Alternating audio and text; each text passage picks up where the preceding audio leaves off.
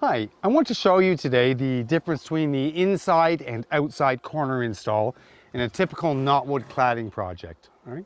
Here we have an outside corner, here we have an inside corner. We use the exact same components for both. Difference is which piece we put on first.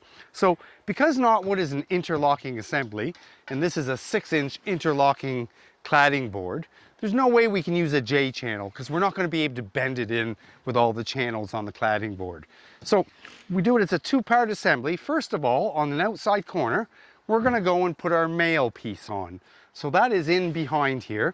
We then apply our cladding, and then the female fits right over top of it.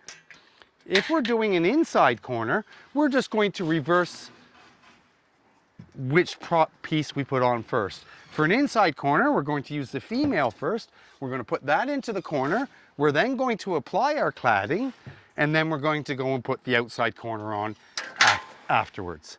It's as simple as that. So when calculating how much material you need, you're always going to need one male and one female for every corner. You can decide later whether it's an inside or outside corner.